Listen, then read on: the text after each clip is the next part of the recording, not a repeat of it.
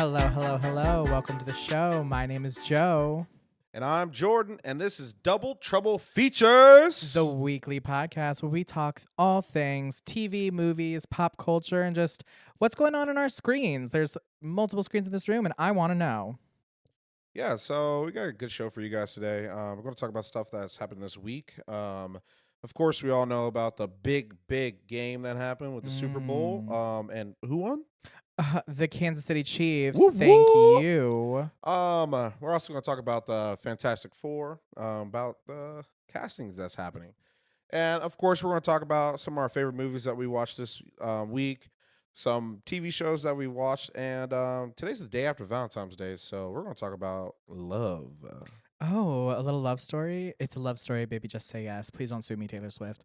Now we're going to talk about some of the love dating TV reality shows. show dating. Yeah. It's not my forte, let me tell you. Yeah, and let's see, are they necessary anymore?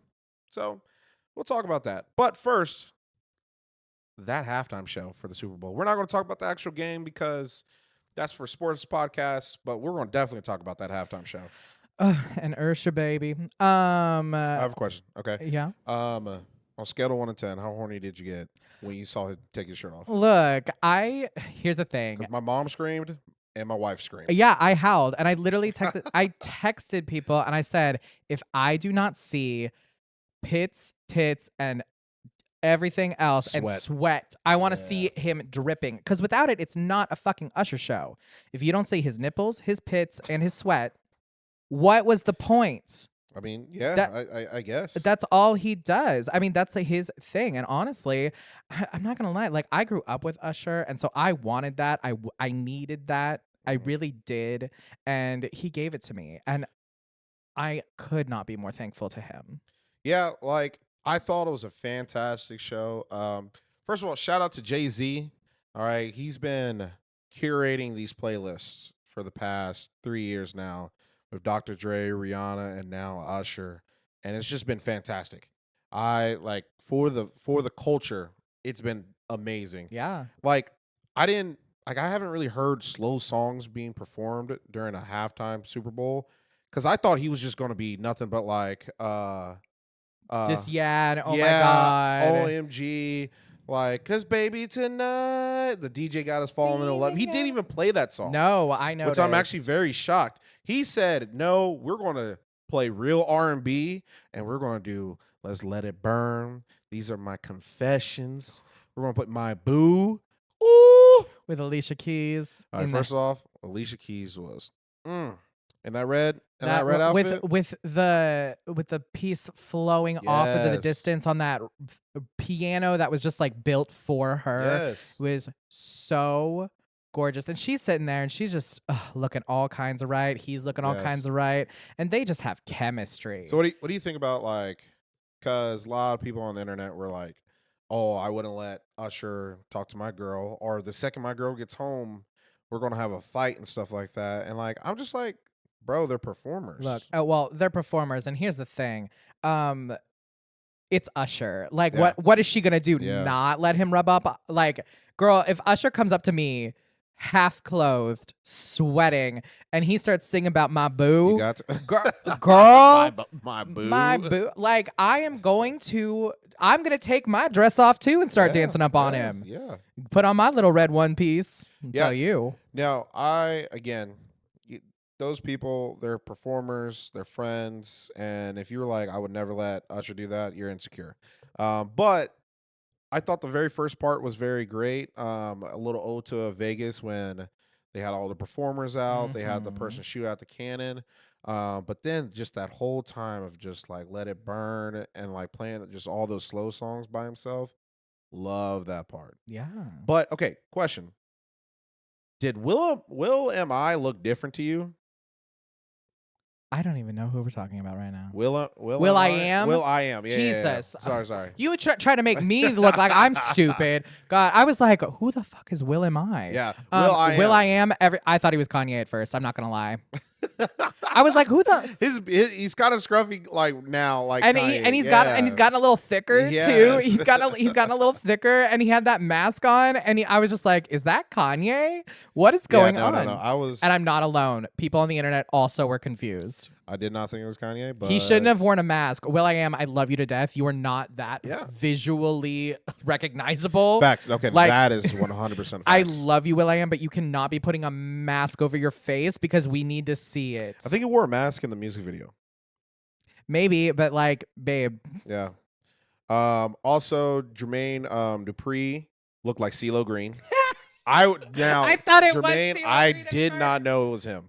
I did not know it was him at all. I thought it was CeeLo Green. I thought it was CeeLo Green And I was as like, well. what the hell is he wearing? No, my poor father, he did not know who anyone was, and there were some where I gave him those. What color is your father? My father is Caucasian. Oh, okay. But Yeah, so he didn't know. no, he just didn't know. Like, he kept being like, "Who's that?" And I was like, "Well, that's will.i.am." And then he was like, "Oh, okay."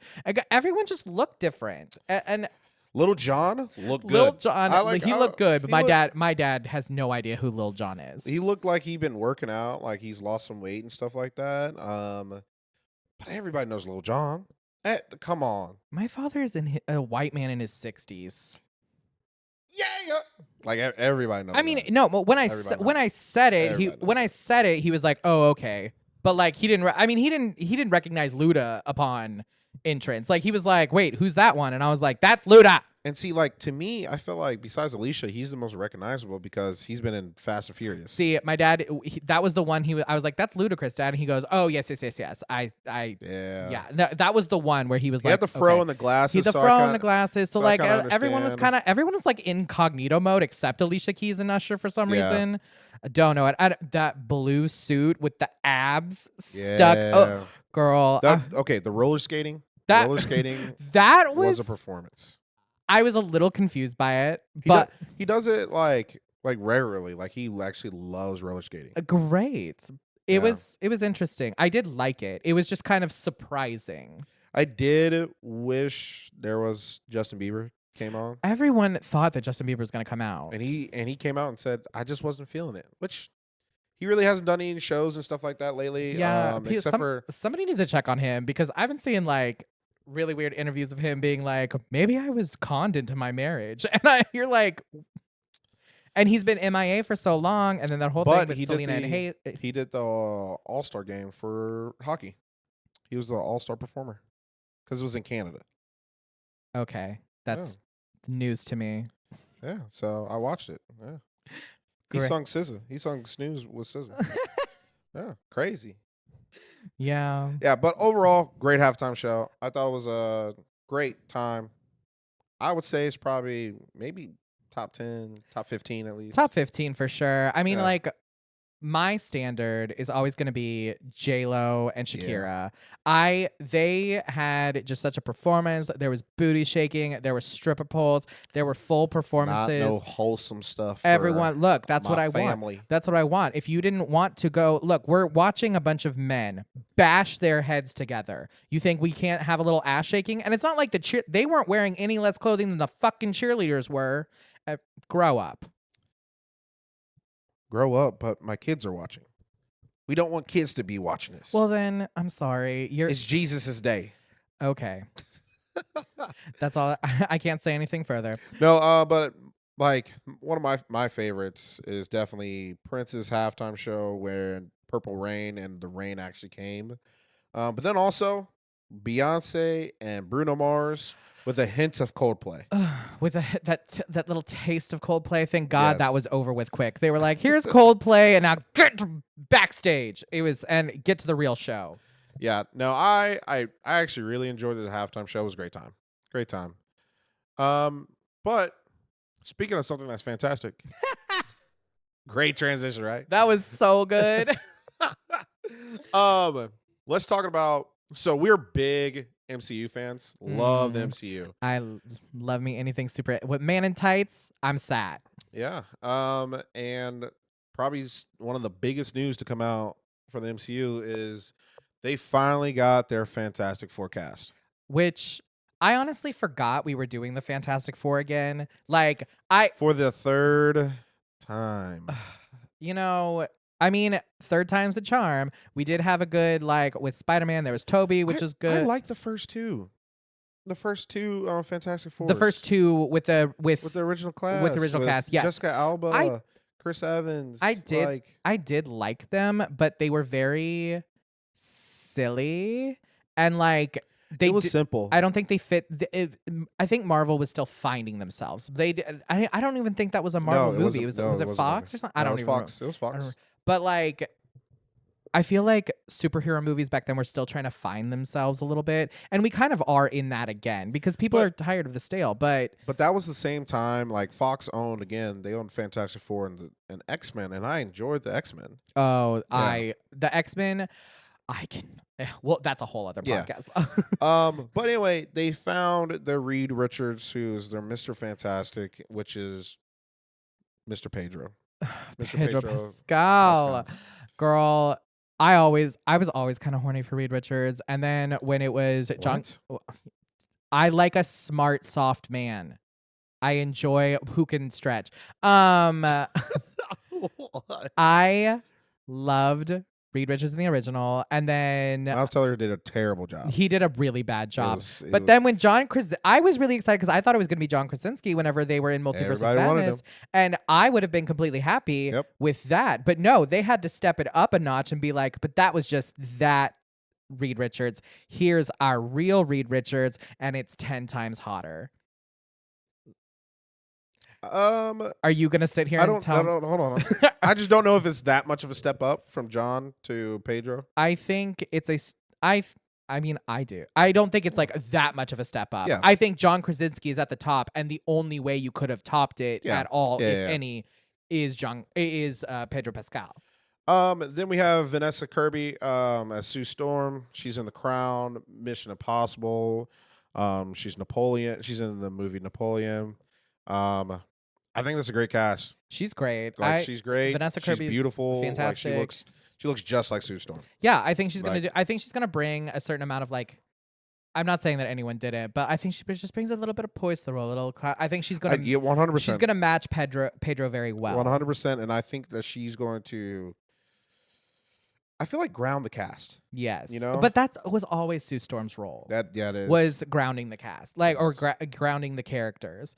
Additionally, we have Johnny Storm, played by Joseph Quinn, and I've been seeing a lot of discourse on the TikTok app. Basically, people are saying that he's not hot enough to play Johnny Storm because remember, Johnny Storm in the past, Chris Evans, Michael B. Jordan. I always get scared that I'm going to say it wrong because Michael Jordan. You can just say that, Michael Jordan. Well, no, but it's Michael B. Jordan. But I always think anyway. But Michael B. Jordan, they were obviously beefcakes, studs, hot. That was the point because hot flames. It was the early 2000s. Like you got to remember, we were simpler back then, and you were like, hot. He's got to be hot, and that's the thing. The second one was in 2010s, so. But nobody really remembers that one. It's so bad. I saw it once and I could not tell you the plot of that movie. I would say I'm fine with Joseph Quinn. I besides Stranger Things, I really haven't seen him in another role. But from the way he was portraying in Stranger Things, I think he's perfect for the role. That's the thing. When he was Eddie in Stranger Things, we all wanted to get railed by him behind the bleachers. Like everyone's like, "Oh, he's not hot enough." People wanted to fuck Eddie. They did. Yeah, I think he's a good looking guy, like good enough to be Johnny Storm. But and I think with this character, we're definitely going to see more of that little brother trope because there was always that Sue and Johnny and like. And there was always that back and forth. But with Chris Evans and Jessica Alba, they were like the same age. And like it was pretty obvious. Honestly, she looked kind of younger than him. And like. Yeah, like in the comics, I don't think he's that much younger than her. No, but I think they're just definitely going to lean into that trope with the casting of Joseph Quinn. Yeah, because in this one, Vanessa's definitely older than Joseph. Like. And again, like you said, she brings a lot more class. I feel like Jessica Alba was just. Don't get me wrong. She was a superstar in her own right, but Oh, she was like the girl next door superstar. Yeah, 100%. She's not like I control the screen. I control like. Yeah, she was this- on. She did Good Luck Chuck, a couple horror movies here and there. But Like again, I love me some Jessica Alba. she's beautiful. That was my first. That was my first white girl crush. Wow. Yeah, dead. Nah, her and Angelina Jolie. I think those are both fair and very different. Yeah, 100%. Good for you. Yeah. Variety is the spice of life. And then last but not least, The Thing. Ben Grimm, played by Ebon. Yes. Mas Bachrach, of The Bear and The Punisher, and I didn't know he was in Girls. I've only so he's the crazy songwriter, like boyfriend that does drugs. I mean, I figured. I have only been able to get to the second season of Girls every time because those characters are just so unlikable. Like by the end of the first season, I've tried to do this 3 times now. Yeah. By the time I get to the end of the first season, I'm always like, God, fuck these Are you saying people. women are unlikable? No, I'm saying Are you that against I'm saying that the show Girls, they are famously unlikable characters. Joe's against women. Yep, that's what I said. But verbatim. anyway, he is amazing in The Bear. Yes. I haven't seen like. He has so much range from when he goes from being this silly, just stupid cousin that's like always just trying to be against what's going on to turning into this serious business person that wants to make sure that this restaurant is the best. Like the way he really conducted himself, cannot wait for him to be The Thing. I'm very curious to see how they're going to do The Thing. Yeah. Because in the first one, it was like styrofoam. Yeah. It was styrofoam. And in the second one, it was like all CGI and it looked awful. Yes. So and I bet you, like me think, just knowing. Do you think we're going to get a mix? We're definitely going to get CGI. And it's going to look terrible. I am going to give Marvel, this is like Marvel is kind of, they need to make their money back. Like they're doing a lot right now. Yeah.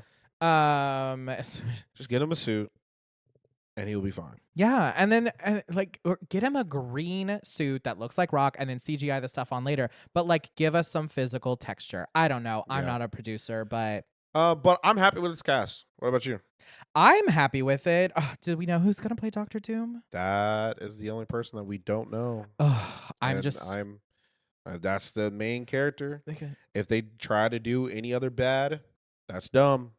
I just need Dr. Doom because we're getting rid of Kang. Yeah. So Doom is the only person who's like can really just take over and be that big bad. And I cannot wait. I have this problem where like Victor Von Doom in the original, he was played by Christian McHale, not Christian McHale, Cameron McHale. I'm blanking on the name, but he was Cole on Charmed. And he wasn't he? He was Cole on Charmed, and I had such a little baby boner for him on Charmed that like it carried over. And I kept being like, guys, he's not that bad. It's kind of hot. Maybe that's why I'm so into villains. Joe, you have a problem. I do have a problem. I am always attracted to the villain. I'm like, ugh, he's so hot because he's just like this devil may care attitude. Ugh. Yeah, but yeah. Cannot wait. Alrighty, and now we're going to be talking about the movies that we've been watching. What have you seen this week, Jordan? Again, this is just going to be a lead up to the Oscars. I've watched Killers of the Flower Moon. I've actually been wanting to watch this movie for a while. Didn't go to theaters to see it because again, it's 3.5 hour long. Where did you find the time to watch this movie? So I took a train to Chicago from Kansas City. So that's 7 hours. And the train had no Wi-Fi. No Wi-Fi for 7 whole hours. I think you got to understand that like the American transit system when it comes to trains is severely It lacking. said it had Wi-Fi. Look, planes say they have Wi-Fi. It promoted it. I even checked the app and it said it had Wi-Fi. And then coming back, so that is 14 hours of no Wi-Fi, nothing. And then, of course, you're going through Iowa, middle of fucking Illinois, and bumfuck Missouri. There's no signal. There's no signal at all. Well, your biggest problem was believing a train conductor. Amtrak, you're on some bullshit. Facts.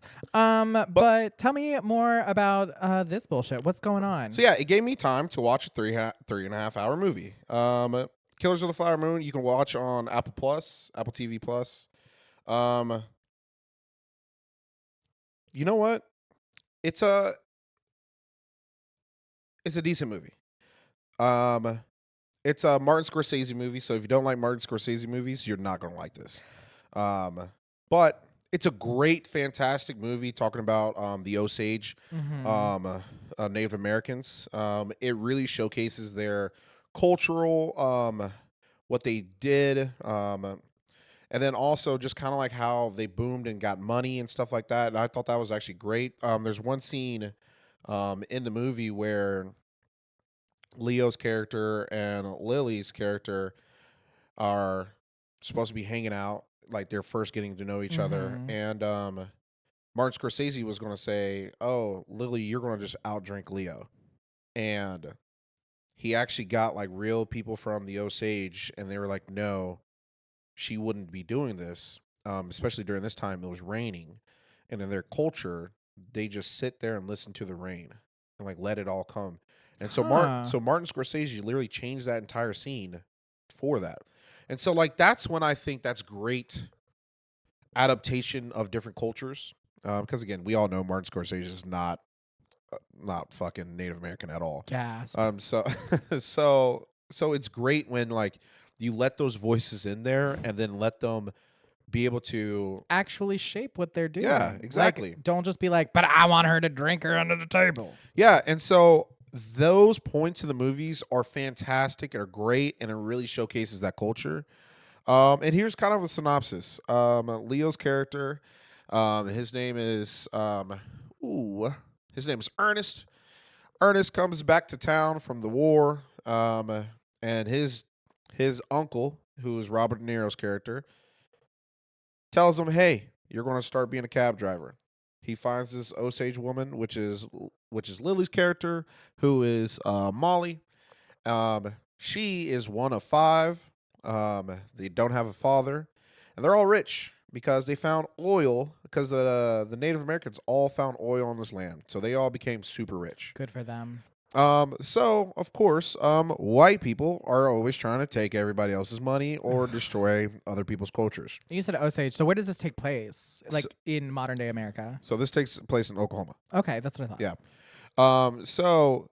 Robert De Niro's character, or Leo's character, starts to fall in love with Molly a little bit. And then Robert De Niro's like, "Yeah, you should definitely get with her. Oh And did you know no. that if you marry her, then that money is also technically yours?" Because husbands, wives, Yes. all that, your And property is so mine. Jesus. the plot you start to realize that, oh, these white people are not here for good intentions. They're here to try to take all these Native Americans' money, and by marrying, and then randomly they start to die because of sickness and stuff like that. And eventually it gets to a point where they have to. So many other people have died that they have to get the FBI involved. And it Oh. takes a while for the FBI, but they finally get there, and then it's just an investigation of like who is killing um, all these people of the Osage. I'm not gonna lie, up until people started dying, this was the plot of Princess Diaries 2 Royal Engagement with the I mean, yes. I mean, because yes. she had a nice man, he liked her, and the old man was like, "Yeah, you should date the hell out of her so we Yeah. can take the crown." It's literally the plot of Princess No, Diaries 2 Royal but Engagement. being honest, But then people started dying, and that's why it's a Martin Scorsese film. yeah. And so I'm gonna be honest. I give the movie um there's great acting. I wrote it down a score. I might change it. I'll give it a 7. Ooh. It's a good movie. Like, it is a good movie. It's a good movie, but The reason why it's a 7 is because it's too damn long. It is way like I I can watch a 3-hour movie. yeah. I can watch a good 3-hour movie, but I have to be engaged the entire time. 3.5 movies. What the fuck are we doing? Okay, I mean, 3.5 hours. but Martin Scorsese is not a hey action action action action. He is No. a Storyteller. oh, we're going to go into super detail backstory. I don't care. I don't. This is not really helping advancing the plot for 3.5 hours. I think the biggest and I'm just making assumptions because I haven't seen this movie yet, but I think he was like really trying to do it right and do it correct. Yeah, no, And like 100% and he was. he was just trying to provide so much context to make sure that everyone knew it was right and correct, which is a good thing to do. But Because the movie is based off a book. yes, It's based off the book Killers of the Flower Moon. And yeah, he tried to fit in all the details and everything into it, and no. Yeah. Just no. So should it have been an Apple limited series? Would have been perfect for a limited series. If Because you that's broke 3.5 episodes. you can easily break it up to 4 to 5 episodes, Yeah. and I would have been happy. So happy. But Lily Gladstone as Molly, fantastic job. You can really tell of like she's fighting for her people. She wants this for the best for her family. And I don't understand why she keeps falling for this white man of Leonardo DiCaprio, but she does. But she definitely I know why she's falling for him. I would too. but definitely deserves her Oscar nomination for Best Actress. Leo was good. Good Leo movie. He had a couple scenes where you know that like, oh, this was supposed to be the defining like Oscar nomination scene. They were sending it in the package. They were Yeah, like, didn't hit like it normally does. for your consideration, baby. Yeah, and they were like, we're good. We want Lily, which is good. Yeah, Leo had a white man anger couple scenes, and it's Shocker. just like Haven't seen that out of him before. exactly. It's like I've seen this and it's hit harder before. So like in Django Unchained. hey, he's phenomenal in Django. Yeah, but that's what I'm saying is like it came across like hard. Like, I don't know. But actually, I really think the best character out of this entire movie was Robert De Niro, who played Uncle. He was amazing.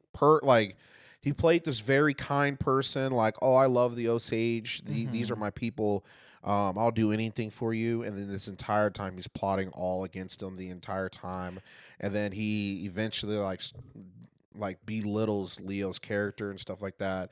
And like he basically is like Lotso from Toy Story 3. He said, "Baby, say uncle." Yeah, like Lotso is one of my favorite like animated villains. He's great. The bear. I like how you're comparing him to an animated bear and like Yes. to enforce the point of how like actually evil he is. Yes, Lotso again at the beginning. Oh, hey Woody, hey Buzz, come on in. His This name's is Lots of great. Hugging Bears. This guy's name is Uncle, Yes. and everyone knows you trust your uncle. And then I'm gonna throw you down into a burning abyss, and you all will die. Like that's Robert De Niro's character. You know. And then he gets caught. He gets Ooh, caught in all his you're- bullshit. Oh my! And Is it? Are you spoiling all this movie? I mean, it's not really spoiler when it's out there.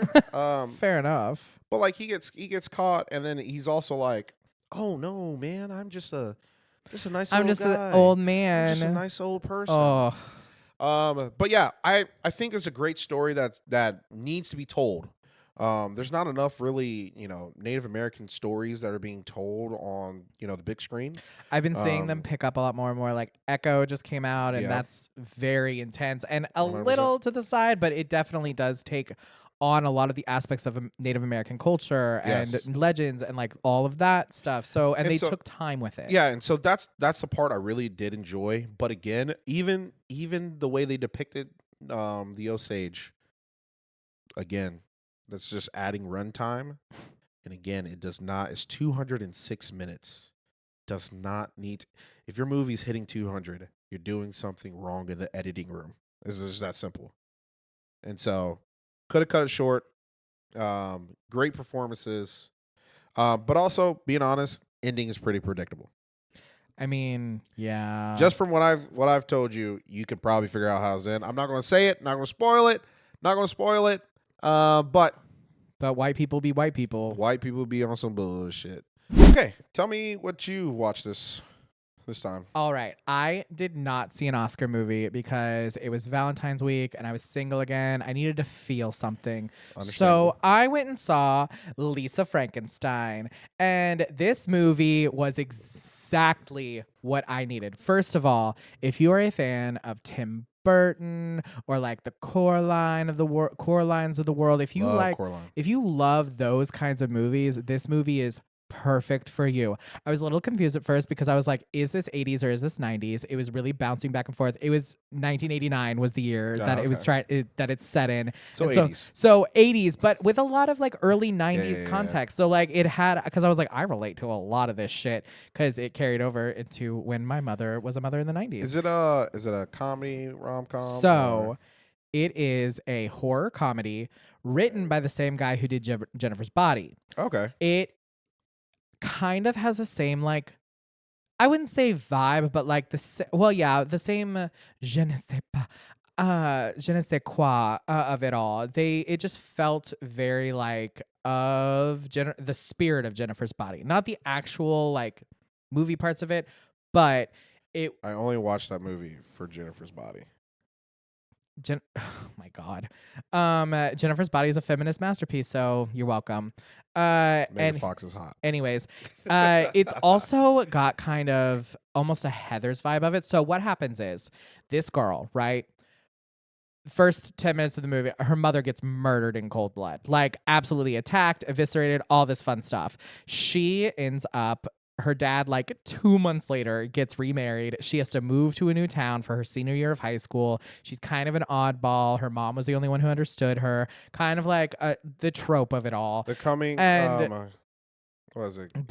Coming to life, or not coming to life? Yes. But yeah, growing up. Yeah, growing up, but like being forced into a new situation her senior year. And she has a stepsister who's the same age as her. And she's like super popular, super cheery. And what's really sweet about this movie is like the sister does try to like be her sister. Like she's like, I want to make your life better, but the only way she knows how is like to be a cheerleader and like date. Yay, she's a woo girl. She's yeah, a woo girl? yeah, very that. And then literally the evil stepmother, Carla Gugino, she was fantastic. For those who don't know, more recently she was the ghost in The Fall of the House of Usher. She was in Gerald's Game, but a lot of you annoying people are gonna know her as the mom on Spy Kids, which that should not be what you know her for, but I understand. Anyway, she eats this role up, and she's a nurse who works in a psych ward, and she's basically just trying to lock this girl up. She's like, you caused too many fucking problems in my house.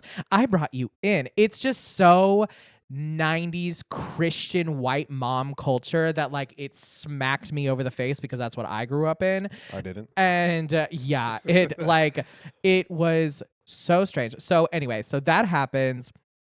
She's just trying to find her place in the world. She hangs out at a cemetery. She's a weirdo. Like, that's like her whole shtick. She's a weirdo. She hangs out in the cemetery all the time, and everyone thinks she's like an oddball, but nobody wants to be like mean to her because her mom died a few months ago, and everyone's like, oh, get over it. Like, it's not that big of a deal. And she's like, guys, that was my mom. Like, it was actually a really big deal, but it was the 90s, and they were like, grow up. Yeah, grow up. Grow up. Everybody's mom dies. Yeah, everybody's mom dies. Like, we need to get over this quickly, like her dad did.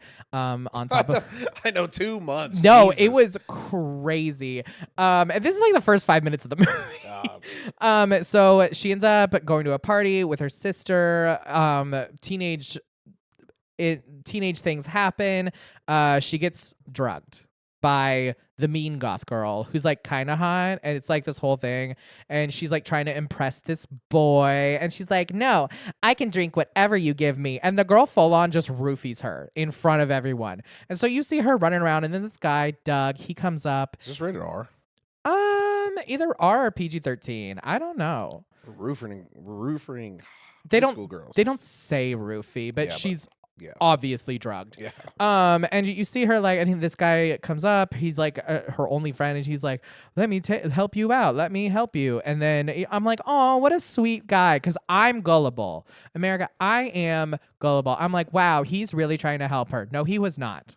He was not trying to help her. He was trying to help himself in the way that you think it was. But luckily, she runs away. She recognizes the situation immediately and runs, which great. And I will say that I'm not going to say what happens, but he does get what he deserves. So she's upset. She's on drugs. She's running out of this party. She runs where? Straight to the cemetery because it's like a shortcut or something. I don't know. And she goes up to this one headstone that she's like in love with, and she's like, ugh, I wish I was with you. She goes home, everything's fine, whatever. She smashes the mirror, this whole thing. And then the next day, this creature appears. And she's obviously getting flashbacks to when her house was broken into and she watched her mother died in front of her. And she saw all of that. And now there's some disgusting man running out into the house and he's just like chasing her around. Finally, it gets to a point where they're like, okay, you're not trying to hurt me. What is going on? And at first I was a little confused. I was like, why is this called Lisa Frankenstein? If it's just a zombie movie. It is not just a zombie movie. He's missing parts. He's missing parts of himself. Like an ear, an arm, stuff like that. Because he's been decomposing in the ground for over 100 years. He needs new parts. And she helps them get them for him. And so this is the horror part. Yes. Okay. There was like kind of an accident at first, but then they kind of just like start murdering people. And they fall in love doing it. Yeah, they start killing people. She's still fully obsessed with this man, who's like on the side. Like she's like, I want to be his. I think he's interesting. I think he's cool. She doesn't really pay him any mind. She just helps him, and she wants to help him. She wants to do all these things. She wants to like just kind of like I can't make any other word than like assist him in his like existence. Is his penis gone? That is a plot point. Ooh. And I cannot talk about it because it is a spoiler. Ooh. But I will say that it was so there's a scene in this movie like pertaining to what you're asking about that just made me scream howling in the theater. It was so beautiful. So he does this often. He does this very often. We've been talking about the creature. I did not realize, I did not look up on this movie before I saw it. I saw Lisa Frankenstein. I saw Catherine Newton. I was like, I'm good. You sold me. This is what I want. I saw 80s vibes. I was like, movie was made for me. So I go and see it, and the monster, the creature, is like fully in makeup, fully in everything, and he like slowly, as they start adding parts to him, which by the way, she has to sew them on, and she's a seamstress, so it's like a whole thing. This plot was very meticulously done. She's a seamstress. She sews the parts onto him, sticks him in a defunct tanning bed that electrocutes you, turns it on, and it makes the body parts start working with him. Is that a thing? No, it's not a thing. Okay. What do you mean? Hey, I don't tan, so you can't, I don't know. No, you can't just like run electricity through body parts and make them like reactivate on a dead corpse. But as they do this, as they add parts, he slowly starts to become more and more human. This bitch is Cole Sprouse. I did not know it was going to be Cole Sprouse. And the one good thing about this whole fucking movie is he doesn't talk. He doesn't talk the whole time until the very end. And it's some light poetry because it's Cole fucking Sprouse. He just doesn't talk the whole time. He just grunts and he points, and I think that's why she fell in love with him, because Cole Sprouse shut the fuck up for once. So what would you give this movie? I would give it, I mean, that's a thing. Me personally, it's like a 7.58 because it's everything I want. Yeah. It's horror, it's comedy, it's romance, it's like all these little things. I will say, this movie, if I could like encapsulate it, it's like what would happen if a zombie showed up and a teenage girl's intrusive thoughts won. Like she's like I'm not saying I'm an expert on teenage girls, but I did have a teenage sister. I was in color guard, so I was constantly surprisingly in middle school and high school, I hung out with the girls. But really? Yeah, I know, it's crazy to think. You look like a football guy to me. Yeah, a linebacker right here. I know I got it. I know I got a tight end. Anyways. Oh my god. So I do have a peek I did have a peek inside the minds of teenage girls at one point, and they're insane, like batshit insane. Yep. And this is what would happen if she just was like, I'm gonna be an insane teenage girl, and I'm just gonna do that. I'm just gonna be that. I'm Okay. gonna let it win, and it takes you for a ride that So good is movie. delicious. I love this movie. Okay. Awesome. Gotta check that out. Okay. Now let's talk about TV shows that we've watched over this week. What you watch? Okay, so I have been watching this new show on Hulu. It's called Death and Other Details. It Okay. stars mostly no-name actors. There's the one guy, he was on Criminal Minds, and we love him. And he plays a lead detective, like a private eye. And he's Okay. like, he solves mysteries. And that's like his whole shtick. But he's like a real-life mystery man. And he's like solved all these crimes. And so there is this family and they are very rich, they are very wealthy, and they are trying to close this deal with a Chinese company. And so they bring out the Chinese family onto this big boat, and it's like all classic 60s style, like cruise ship, and the whole thing is to like take you back into that time frame. First night, somebody gets murdered. Oh wait, I think I've seen this preview. Is it Yeah. like Death in the Nile? It's a lot better. Okay. Yeah, no, that So was not that good. so yes, it is like a mystery television show where it's like a whodunit. Yeah. But there are multiple layers to this whodunit because people on the ship have hired this man in the past who's trying to solve the murder on the boat. So they're like, he's a hack, he can't do it, blah, blah, blah, blah. And then they find out he was hired by the Chinese company to keep an eye on them and do their quote unquote due diligence. Okay. He was investigating the family. The family has used him as an investigator. It was a whole thing. And now he's trying to investigate what the fuck happened. But it leads into the investigation that happened when they were younger. And there's this main girl. She's amazing. I love her to death. I've never seen her on anything before. She plays Violet, and she is just fantastic. Like Violet Bean, she just does such a good job, and she's hot, she's sexy, she's just like kind of this ingenue character, and you just see her kind of playing like this orphan to this rich family. They took her in, all this stuff, and the whole investigation has to do with her. So she kind of comes in and starts helping out, and then she finds out that she's part of the investigation, and this whole back and forth. It's fucking wild. And now there's like some whole conspiracy behind it. If you like mysteries and you like things that like keep unfurling like a Russian doll and it gets deeper and deeper, this is a great show. It's a little campy, it's a little gay. It's very like if Succession was on a boat. Okay. And somebody got murdered. Okay. And it has that tone. It's funny. It has a lot funny, of it's funny but still serious, kind of like a dramedy. Yes, very much like that. Okay. And it's just got I don't know. It's just a good murder like off the coast of Malta. And I love a good whodunit. I love a whodunit because I'm sitting there. I'm like, who the fuck done it? Who murdered this man? So would you say it's like comparable to like Glass Onion, like better? I wouldn't say it's as it's hard to compare. I wouldn't say it's as good as Glass Onion because like Glass Onion, Knives Out, those are just like I'm not to the end yet, so I can't tell you if they're that good. Okay. I'm only like 5 episodes in. There's only like 6 episodes out, so like I can't tell you if the twist is going to be good or if it's like going to be where I think it's going. Okay. Do you have like you don't have to tell who, but do you have like a clear favorite who you think did it? Or do you still not know? I still don't know because that's the thing is like there's so many layers to this that we're still finding out that I honestly don't know, and that's something that's so enjoyable to me because these movies I feel like I clock them at the beginning. I'm like, this is so easy. It was obviously this person.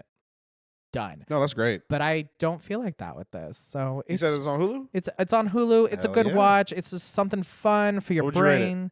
I would give it a good, as of right now, a good like 6.5. Okay. It didn't blow my mind, but it's just good television to watch. It's just chew it up. Yeah. What are you watching these days? So I actually watched. So I had another TV show lined up, and I'll talk about it next week. But today, one of my favorite actors, who's not really an actor, came out with a TV show. It's called The Vince Staples Show. And now, if you've seen Vince Staples at all on Abbott Elementary, he's hilarious. He owns every single scene. Which character is he on Abbott Elementary? He plays Janine's boyfriend. Oh. No, not the main boyfriend. No. But like she starts dating, and she's Janine's boyfriend. And the guy's like friend. the rapper. Yeah, he's the rapper. Oh, yeah, the rapper guy. Yes. Yes. Okay. I honestly have never seen him in anything else. Yeah. So, and that's actually kind of like the whole kind of trope that he does in this entire show. So it's 5 episodes. And there are 20-minute episodes, like 26-minute, 30-minute episodes. This is like a school project. 100% you can binge it in an afternoon. And if you like Atlanta, oh, this is perfect. This is perfect. I love Atlanta. It's great. But instead of Atlanta, we're talking about California. We're talking about Long Beach. Like that's the LBC. Yeah, that's the main difference. He's funny, he's great. The first episode he's in jail and like just dealing with jail bullshit. Deals with bank robberies, deals with just nigga shit. I have dated men in Long Beach before. Yeah. So maybe this is for me. Going to like a family reunion, but just like the entire time, like he's Vince Staples. Like he plays himself. Oh. Yeah, like he's playing himself, but at the same time he's like he's not that famous and he's not that rich. And so like you're not very pretty and you're not very bright. Like Vince Staples, like I think he's a great rapper. I listen to a lot of his music. He's not a B-list celebrity. He's probably maybe not even a C.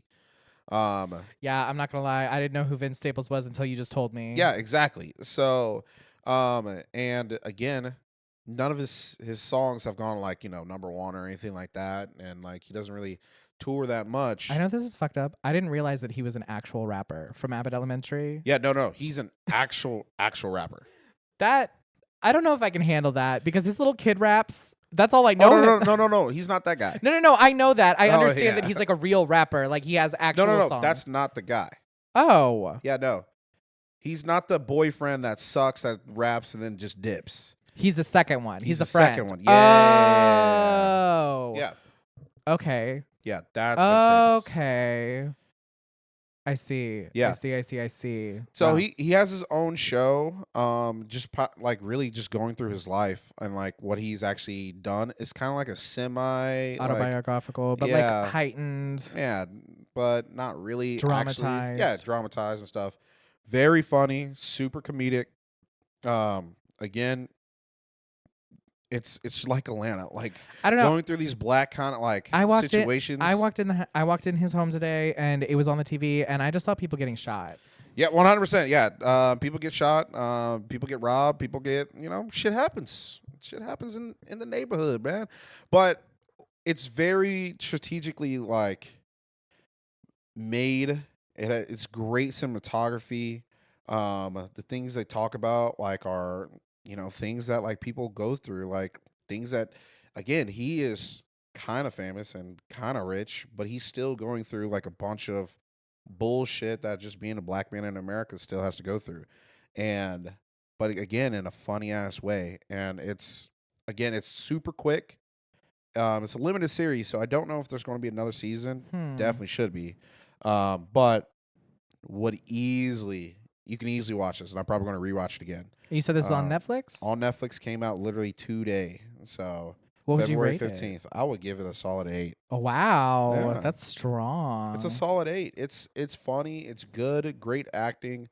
Great, just random shit. Like just random shit just happens. Stuff. I feel like we're starting to get a lot more stories that like we just haven't heard before. Yeah. Like I remember I was talking about expats recently, and we were just like, it's just a group of people that we don't feel have been seen in cinema. Yeah. Haven't seen this, like whoever this is. So that's interesting, and just seeing a different perspective of things. Yeah, 100%. And so I definitely recommend this to anybody to watch. Again, it's super short. You can binge it in an afternoon. You can binge it like sitting down at a night. Great show. Great show. Okay, and for our final topic for today, love is in the air. L'amour. It's Valentine's Day ish, and we're going to talk about one of my favorite pastimes to do with my wife. And that's just watching stupid reality TV shows, but it's specifically dating shows. I love dating shows, and somebody who's chronically single. It, it's somebody who's chronically single. Nothing gives people like me more joy than commenting on other people's relationships. like, like being honest, does it give you any hope? No, not at all. Absolutely not. Here's the thing. We were like running down just some, little statistics just to see. And I'm deep in The Bachelor right now. Bachelor Nation through and through. I used to do fantasy leagues for The Bachelor. You don't understand. No. Like I'm full, and I kind of stepped away for a minute, and now I'm fully back in with Joey and Maria and Daisy, and I am in. But that brings us to like the question of like, what is the success rate of these shows? What's going on? So we crunched some numbers. For The Bachelor, out of 57 total seasons, that's including The Bachelor, Bachelorette, and Bachelor in Paradise, only 26 out of 57, that's 46%, are still together. And like after I started like looking up this stuff, I think that's a successful show. Yeah, because that's close to the divorce rate. But what's interesting to me about it is close to the divorce rate. But what's interesting to me about it is a lot of them, not all of them, I'd say about half are from the show, and then the other half are either from meeting up outside of the show. They were on the show as separate contestants and they met up outside the show. There were a couple of those, but a lot of these like long-lasting couples are coming out of Bachelor in Paradise, which is interesting because in Bachelor in Paradise, it's more like Love Island. Like you get to like choose your partner and kind of like that's the one where you're really fucking around instead of you're just solely focused on one person. And you have to be like in order to be on the show, you have to be so fully into one person. And I'm not gonna lie, and that's why sometimes I really don't care for like Bachelor and Bachelorette, because you have these people who are like, oh, I'm so focused and so in love with just this one person. Well, and I'm like, this is the most unrealistic like way to ever date and stuff like that. Oh, for sure. Because I'm actually kind of annoyed right now because in this current season, they went to Malta first, which Malta is having its scene. Malta tourism board must be doing something special. They went to Malta and then they went to Spain, and next week they're going to Montreal. Which is like kind of wah-wah. Yeah. But, I mean, I do understand what you're saying is like, those are insane dates. And it's like, oh, but also like how sometimes the men are like to the women, oh, you cannot have sex with anybody else, like, or I'm going to leave you, or like sometimes the women's are saying you're giving me flashbacks to Luke P. And I mean, fuck Luke P. Like I watched that season. I actually watched that season. Brown and I can have sex and Jesus still loves me. Iconic. Yes. She got Peter in that windmill 3 times, 4 times, depending on who you ask at what time. But no, it like, I don't know. For me, I would say that The Bachelor for me is the only one that like has marriage attached to it. So these people are taking it a little more seriously. I mean, you have like at the end you have to propose or say 90 no. 90 Day Fiance. Okay, that is very different. 90 Day Fiance, I would not even classify as like a love show. Like it's not a dating show. It's like, that is just a whole thing in itself. Hey, but it has a higher success rate than Bachelor. Well, yeah, because it's for money. It's 54%. But it's for money. Okay, you make it seem like you don't get money for Bachelor and Bachelorette. I mean, you do, but I don't know. I feel like they at least pretend to go on the show that it's for at least some of them. No, but the ones who make it to the end, they are looking for love. No, I'm talking about like for 90 Day Fiance. I'm not talking about like, oh, they just get married for money.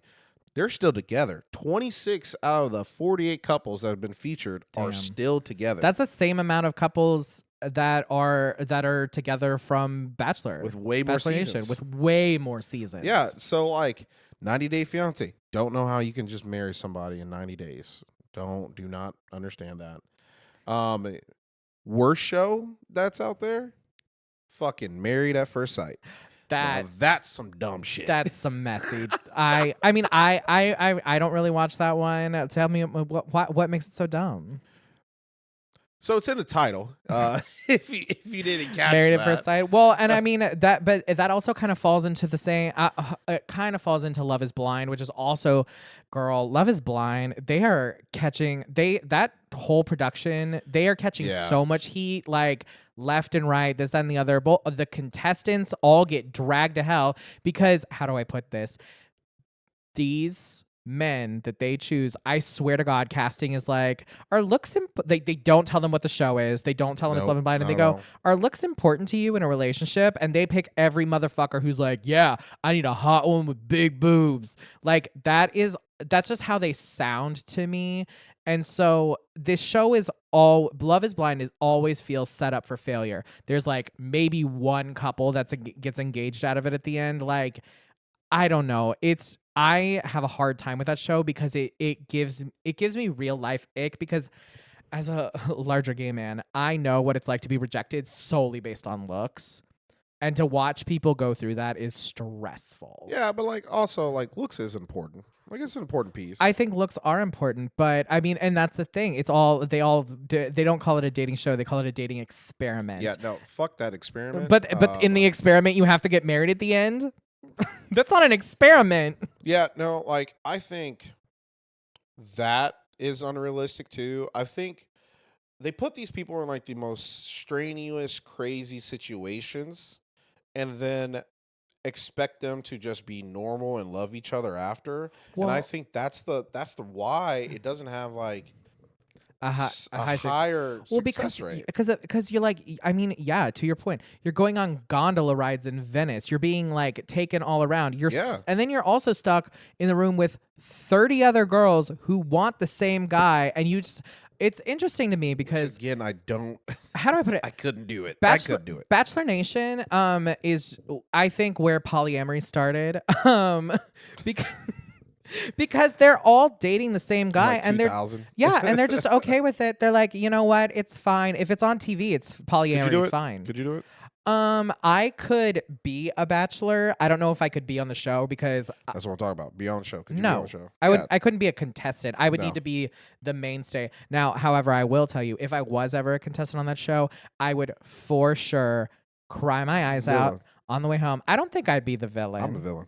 You're the villain. I'm easily a villain. I feel like I'm just like the funny loud character that ends up getting their own season 3 seasons later. Actually, I'm not the villain. I'm going to be a bros bro. And like, I'm just going to be having fun, making friends and stuff like that. And like, probably get kicked out because they'd be like, you haven't impressed me that much. And I'm just like, fair enough. Girl, there's 30 other dudes here. And like, you got this dude and this dude. And you took these guys on dates. And like, at this point. But that's the thing is like these girls and guys do go through that. And that's why it's interesting because it's like I don't know. I've kind of seen it more this season because like there's a lot of drama with the girls in The Bachelor and everything. Yeah. And which like always happens, but like it's very pointed, and Joey is just so far removed from it that like I never really thought about the fact that like these girls having this drama, having this mess, having this fight over him, and he's not even in it. He doesn't know what's going on. He doesn't see things. He doesn't hear things. He is kept away from it. The only thing he has is what they tell him, which also creates a lot of tension, a lot of drama. Bachelor producers are the devil, and we love them for it. Somebody's got to do it. And so for me, it's like I kind of always go back to the question. It's like, is this like it? To me, it's just like, is this real? And it doesn't feel real, and that's why I like shows that have like challenges and stuff like that. Like I love a good like ultimatum. Ooh, I love a good ultimatum. That's intense. Oh, 100%. And it's just like, hey, you're not really trying to find love. We're not going to pretend like, hey, you're going to find love. We're going to say, hey, let's stress your relationship out right now. They're like, you say you're already in love. Let's see if you are in love. And that to me is, okay, all right, put it to the test. Hey, you're going to stay with another person for 3 weeks and then go 3 weeks with your person and then choose which one you want? Bro, that is wild. My wife said, fuck no, we're not going to do that when we were dating. I mean, here's the thing. If I don't know. It's like these other dating shows, like I understand being single and in the trenches and hating it and signing up to be on a TV show because at best you get a husband or a boyfriend out of it. At worst You have you get sex. oh, Too hot to handle. oh, we'll get there in a second. But at worst you get some Instagram followers out of it Yeah. and start making brand deals and that whole thing. And see, that's where I feel like a lot of like I felt like the 2000s and even early 2010s. I felt Well, like these before social media got high. Yeah, I felt like these dating shows felt way more like Real. authentic and real. But now you have a lot of these people who just go on these shows that are just like, hey, I'm like they say I'm here for love, or I'm here for whatever, but really they're just there for clout. They're just and That's Love Island. I think that's a fair assessment. Love Island, don't get me started. That's the like so like I've watched every season of Love Island. Girl, what? I love me some Love Island. Here's the thing. I like Love Island. I got a text I watched the first like 15 episodes, which is only 3 weeks. of the first season. No. I've watched a lot of Love Island here and there. Okay. But like my problem is I can never finish it because I get so fatigued. So so Love Island Australia is actually perfect because UK, they started to get into this trope and it's just like, hey, we're gonna do 50 episodes. And it's like, I don't need 50 episodes of actually like Big Brother and just like watch every day because like, you know what, shit doesn't happen every day and I'm just a waste of my hour. At least Big Brother is 3 times a week, not 5. Yeah.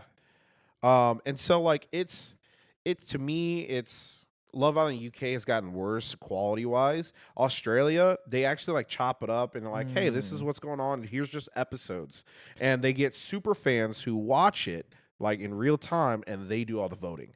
So it's not like really America voting and stuff like that. And which I'm fine with because there's way more drama and it's way faster paced, chopped up, way better.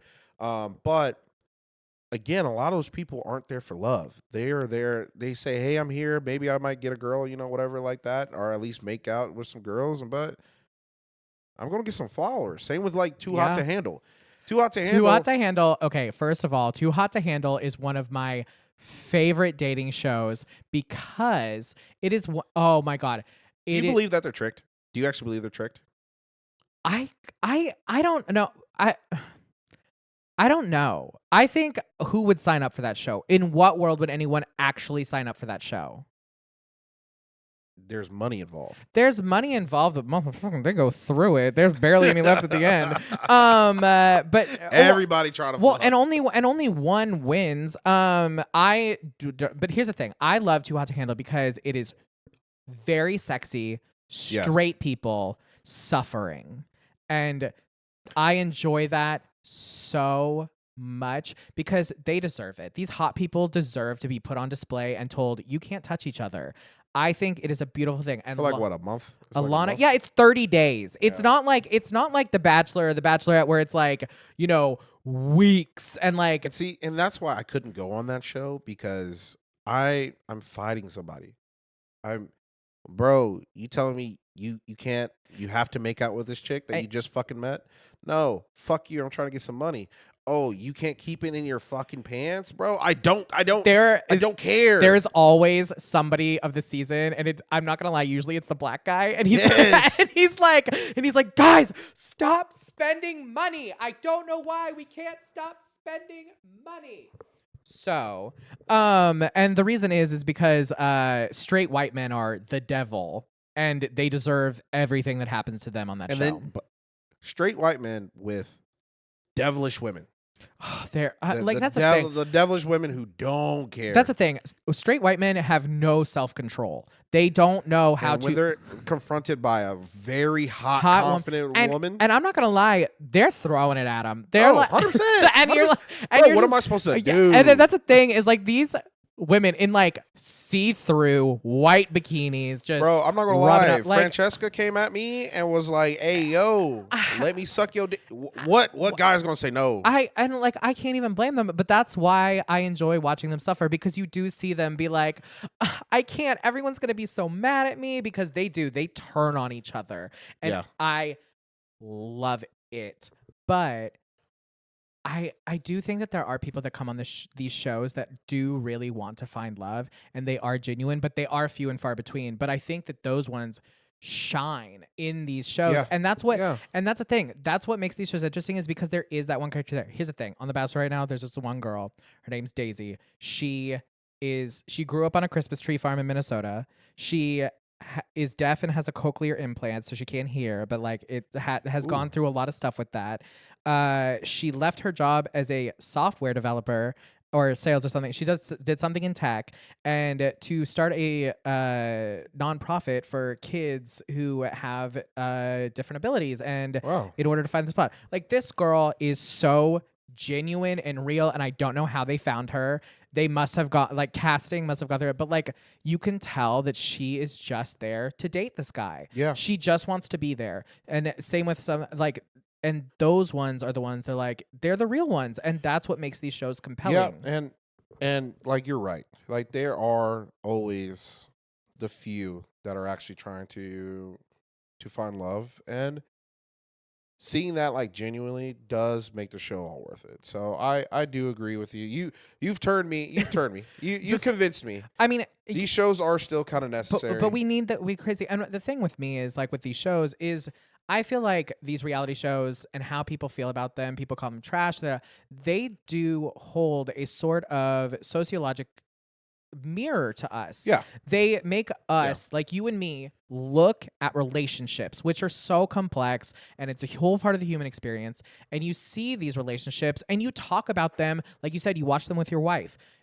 That is probably one of the best things you could do just for your marriage, is talk about these other people's relationships. We talk about it and we what- get in arguments. And what We get in arguments. I'm like, oh no, the guy's right in this situation. And she's like, hell no, what are you talking about? And then, But then you have these conversations. Yeah. But then you have these conversations about arguments that are not even your own. So then when it does come time for your own actual arguments, you already know how she feels, and you know how she might, like, feel about these situations, and you can learn from that and grow from that. Yeah. Because of reality TV. So, yeah, put it in the comments. What do you think? Should we keep these dating shows? Are they really worth it, or are they just a plug to get more money from the corporations? Or are they both? Two Yeah. things can be true. True. That's going to wrap up our show, though. Again, I'm Jordan, I'm Joe. and this is Double Trouble Features. Peace.